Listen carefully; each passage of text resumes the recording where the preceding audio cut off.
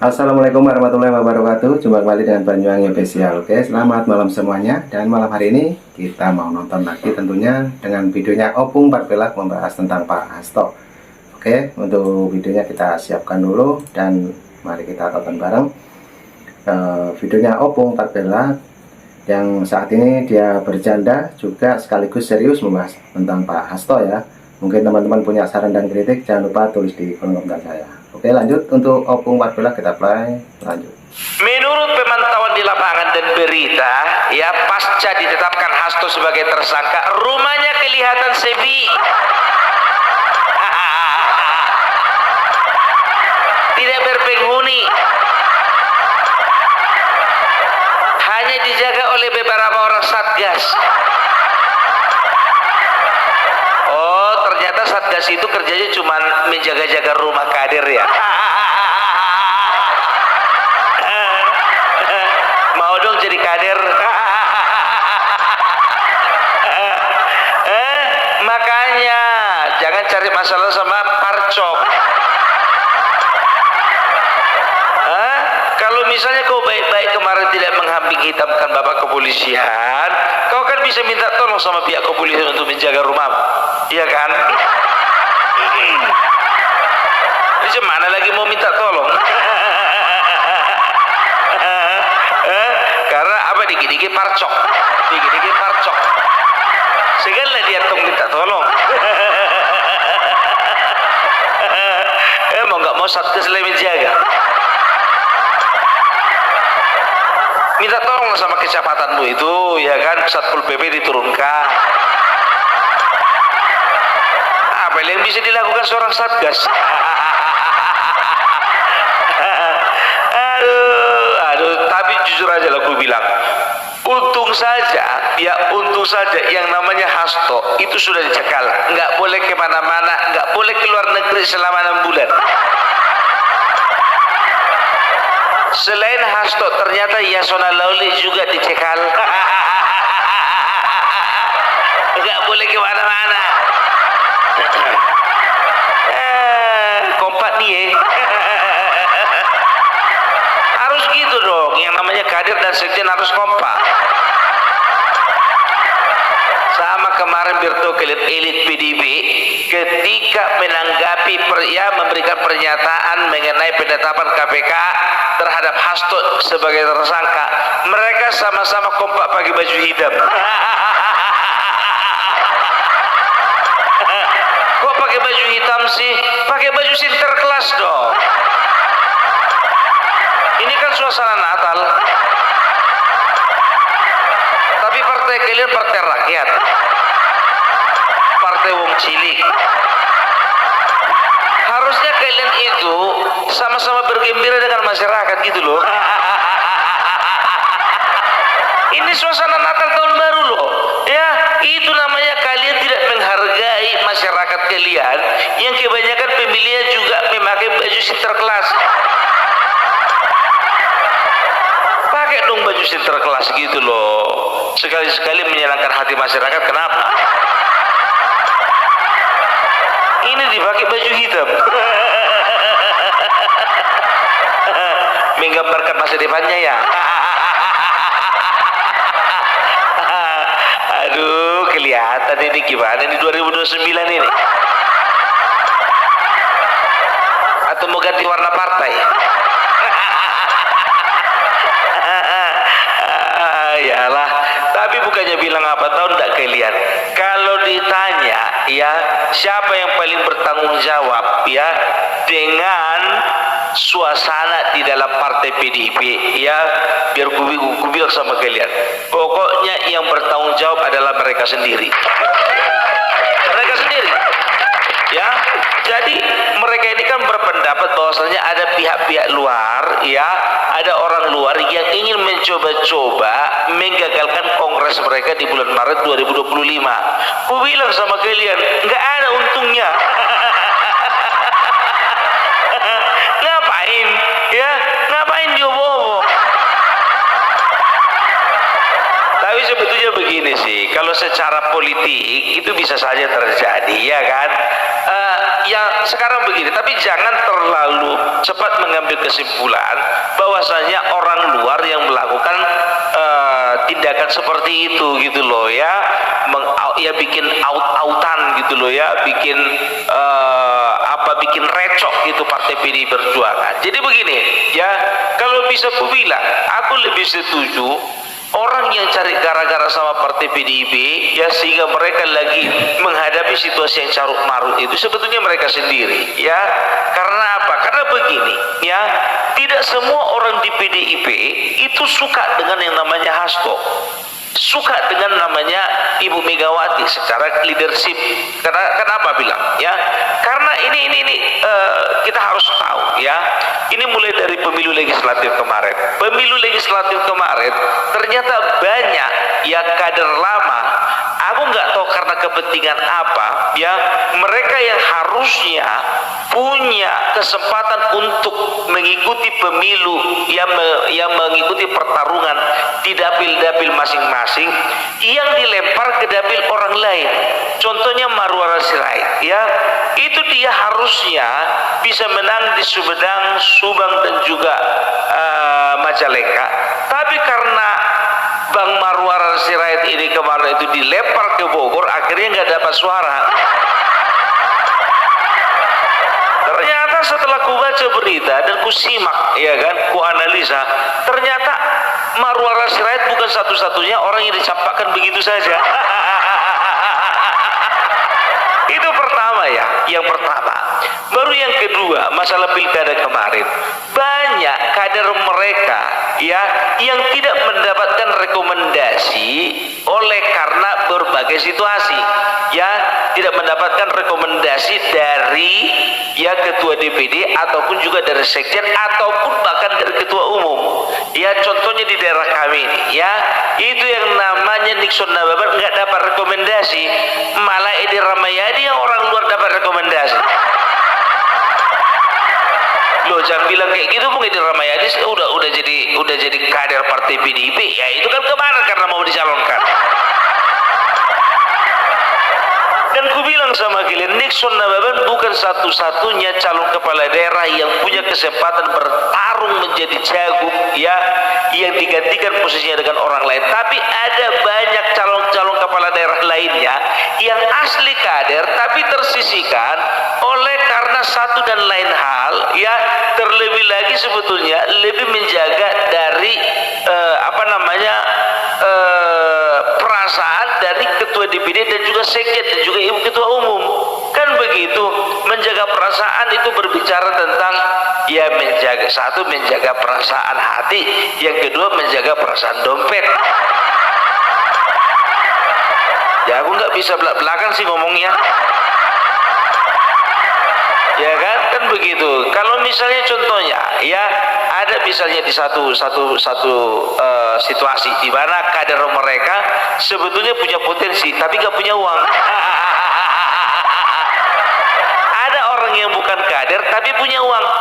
Rata-rata yang itu yang dipilih daripada kader sendiri.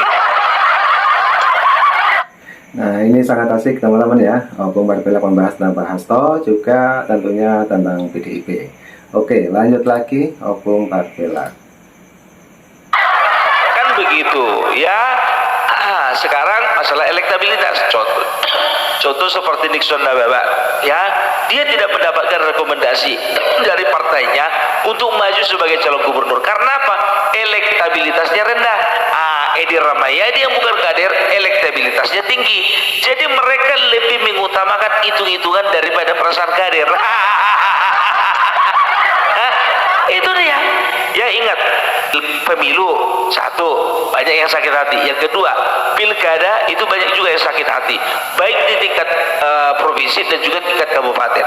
Baru yang ketiga, ini pasti ada sangkut pautnya dengan pemecatan 27 kader. Sekarang begini, ada di antara mereka ya, kalau bisa ku katakan ku bagi menjadi dua kelompok. Kelompok pertama dari yang dipecat itu adalah orang-orang yang sudah mengundurkan diri. Itu yang pertama. Baru yang kedua, ya mereka dipecat sebelum mengundurkan diri. Kan begitu. Nah, orang-orang yang dipecat dipecat sebelum mereka mengundurkan diri, ya mungkin saja mereka itu ada di provinsi, mungkin saja ada di kabupaten, ya. Dan tahu enggak kalian, ya, perasaan mereka dipecat tapi karena tidak mengundurkan diri itu lebih sakit daripada dipecat karena sudah mengundurkan diri. Apa bisa kalian jamin atau kita jamin orang-orang yang dipecat PDIP akan diam begitu saja? Coba. Bisa jadi begini, ya, orang-orang yang dipecat kemarin, ya, mereka akan membangun sebuah kekuatan dan menjalin komunikasi, ya, dengan kawan-kawan mereka yang masih ada di dalam. Nah, disitulah mereka mulai membuat sebuah permainan yang tidak terbaca oleh Hasto Kristianto dan juga Ibu Ketua Umum. Ini contoh yang ada di Tapanuli Tengah, ya. Kalau nggak salah aku ada 3 atau 4 anggota dewan, ya, anggota DPR di Tapanuli Tengah yang dipecat gara-gara tidak mau mendukung Masinton. Di antara mereka pasti ada orang yang sudah memperjuangkan berdirinya PDIP, ya, bahkan wakil ketua DPRD sendiri pun dipecat. Itu perempuan yang kemarin ditarik-tarik karena baju lehernya itu sampai lepas kancing bajunya katanya. Kena pecat itu, iya kan? Aku udah kuperiksa semua dari 27 kader mereka yang mereka pecat, ya. Itu 4 itu ada di daerah Tapanuli Tengah. Makanya aku bilang, ya, jadi jangan kalian kira bahwasanya mereka itu diam-diam saja. Mereka pasti akan membangun kekuatan, ya. Mereka yang satu irama, yang satu frekuensi, yang satu visi, ya, yang tidak suka dengan kepemimpinan yang kemarin, ya, yang sekarang ini, ya. Jadi mereka pasti akan membuat manuver-manuver, kan begitu, ya. Contohnya spanduk, ya. Coba perhatikan kalian spanduk yang ada di Jakarta yang mengatakan bahwasanya Megawati ilegal. Ya, coba bayangkan kalian, Megawati ketua umum sendiri dikatakan ilegal. Ya, bisa dikatakan begini, kalau orang luar jujur saja, ya, kalau aku kayaknya nggak percaya kalau itu adalah ulah orang luar, itu pasti orang dalam sendiri. Kecurigaan, ya, yang pertama alasan mengatakan itu bukan orang luar, nggak ada untungnya, ya. Karena apa? Karena satu-satunya partai di luar pemerintahan yang sekarang lagi anjlok-anjloknya cuma partai PDIP. Kalau yang lain-lainnya itu sedang merayakan kemenangan, merayakan kegembiraan, gitu loh. Dan aku yakin yang di Jakarta itu sebetulnya bukan isu lokal Jakarta sendiri, tapi itu sudah menjadi ungkapan perasaan mereka, ya, untuk skala nasional, gitu loh, ya. Karena apa? Sudah menyentuh nama Ibu Ketum. kecuali kalau mereka yang mereka senggol itu cuma nama ketua DPRD Jakarta atau ketua DPD Jakarta, bolehlah kita katakan, ya kan, itu isu lokal, kan begitu. Tapi ini sudah menjadi isu nasional, gitu loh, ya. Jadi kalau aku katakan ini pasti kerjaan orang dalam ini, ya. Karena apa? Sampai sekarang pun juga, coba mereka belum bisa menemukan siapa yang memasang spanduk itu. Yang pertama, kenapa mereka tidak bisa menemukan? Karena mereka tidak berani lapor polisi. Kan bisa saja diinvestigasi, kan begitu kan, dilakukan penyelidikan, ya kan. Tapi siapa yang berhak melakukan penyelidikan dan juga memiliki kemampuan penyelidikan yang luar biasa selain daripada kepolisian? Tapi apa mau ditaruh di mana muka mereka minta tolong sama bapak-bapak di kepolisian, padahal mereka selama ini sudah mengkambing hitamkan kepolisian? Mau di mana taruh mukanya? ya, itu dia. Coba bayangkan kalian, bapak-bapak kepolisian ini, jujur aja aku bilang, ya, masalah obat-obatan terlarang, narkoboy, gampang aja dapat. Masalah judai, ya itu gampang. Ya masalah apa namanya, kasus-kasus berat, ya lebih berat, jauh lebih berat daripada masalah cuman kasus spanduk doang. Itu bisa terungkap. Ini masalah spanduk sampai sekarang belum terungkap. Mananya satgas kalian? Mananya tim investigasi kalian? Ya kan? Itu dia. Jadi udahlah ya, untuk kalian yang ada di dalam sana, kalian sadari bahwasanya kalian itu sedang menyakiti sebagian besar warga dari partai PDIP sendiri. Dan inilah situasi inilah yang dimanfaatkan ya orang-orang PDIP yang sekarang masih nongkrong di dalam, yang masih ingin bertahan di dalam, yang menginginkan perubahan, kan begitu. Kalian kira orang paling senang itu Opung Parbela kalau Hasto ditetapkan jadi tersangka? Bukan, tapi orang yang kontra dengan namanya Hasto Kristianto. Ya, kalian kira semuanya orang suka sama si Hasto di PDIP itu? Kurasa ada yang joget-joget. Itu dia. Baru kelompok yang tadi yang satu lagi ku bilang ya, adalah orang-orang yang dipecat itu adalah orang-orang yang mengundurkan diri. Karena apa? Mereka terpaksa mengundurkan diri. Kenapa mereka terpaksa mengundurkan diri? Ternyata mereka mengundurkan diri karena alasan mereka tidak mendapatkan rekomendasi. Ya, sebagian besar dari mereka tidak mendapatkan rekomendasi baik di pemilu legislatif dan juga pemilu pemilu kepala daerah. Gitu loh. Ada seperti di Bali, di Kalimantan, ya, termasuk kalau nggak salah itu di daerah Papua ada itu ya, beberapa orang mengundurkan diri oleh karena apa? Karena mereka tidak mendapatkan rekomendasi dari pusat, dari atas gitu loh. Jadi kalian kira mereka diam saja? Enggak. Ya, mereka itu sebetulnya terpaksa itu, ya terpaksa mereka itu harus mengikuti pertarungan dari partai lain karena tidak mendapatkan rekomendasi dari partai sendiri. Dan alhamdulillah, puji Tuhan, ya terima kasih banyak untuk masyarakat Indonesia. Karena apa? Ada beberapa di antara mereka mengundurkan diri dan memilih dari jalur partai lain dan mereka menang.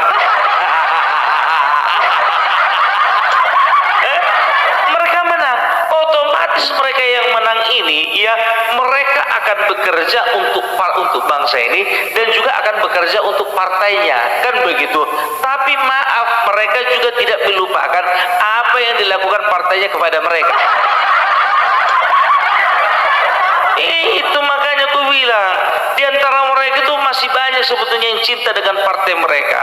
Cuman ketua umum udah gak cinta lagi sama mereka. Bisa dikatakan itu kan cinta bertepuk sebelah tangan itu. Apalagi yang mau diharapkan dari cinta bertepuk sebelah tangan? Jelas kan?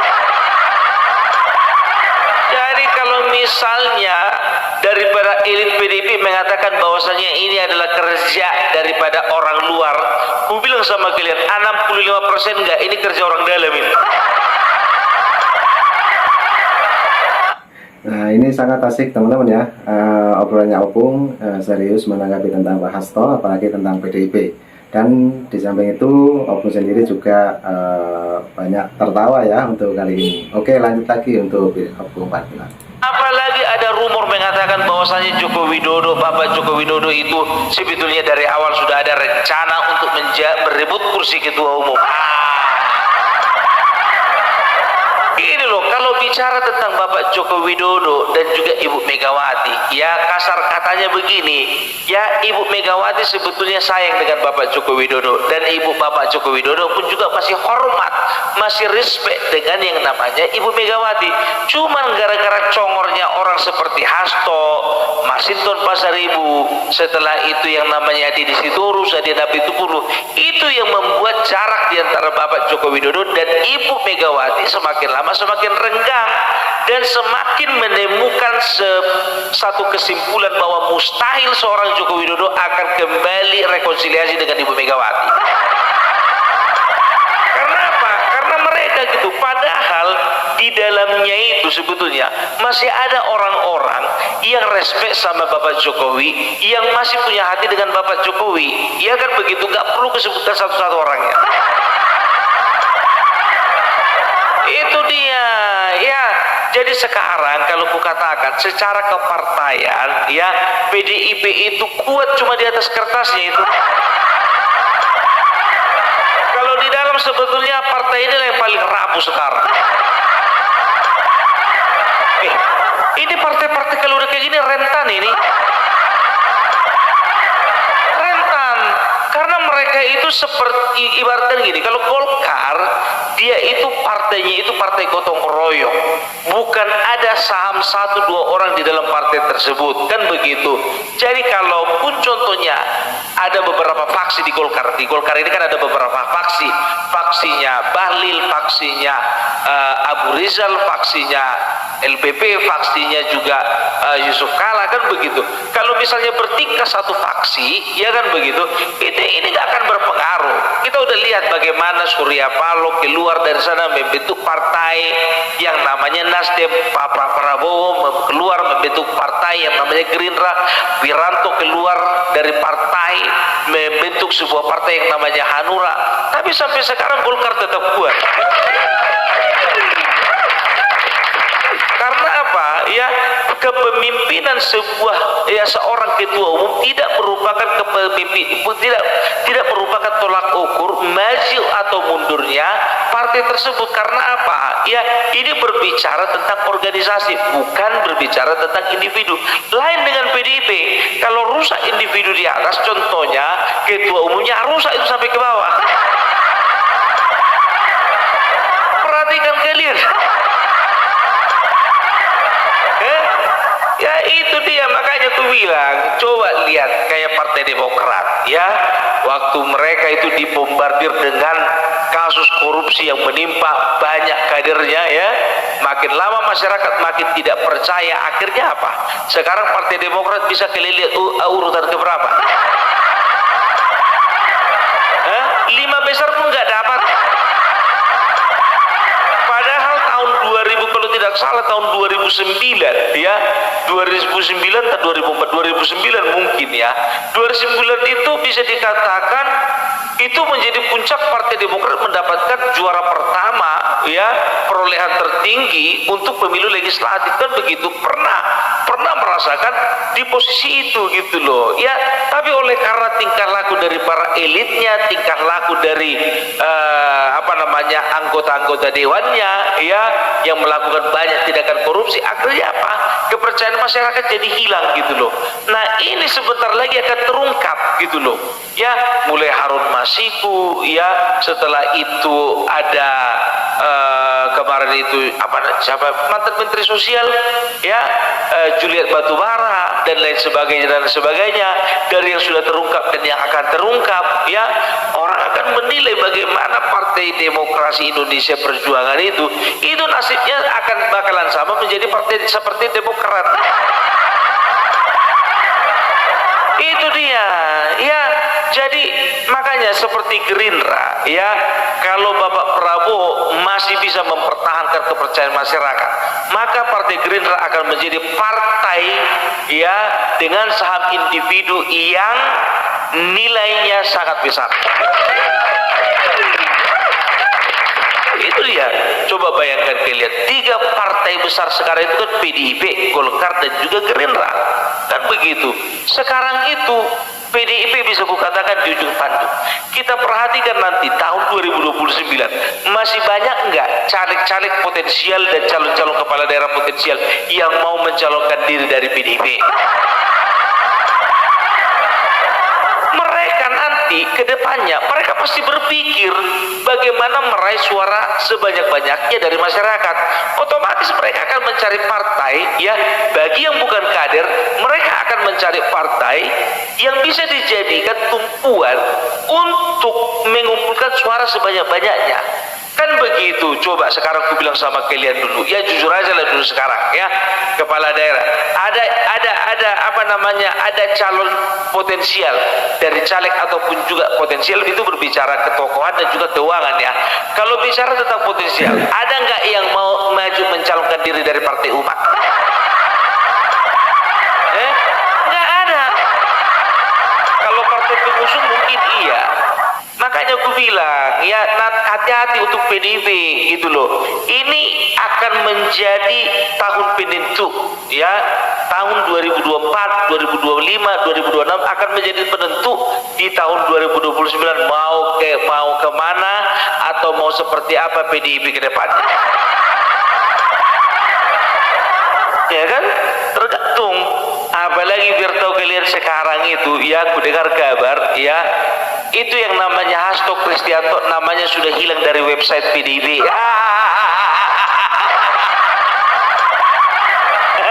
Hilang.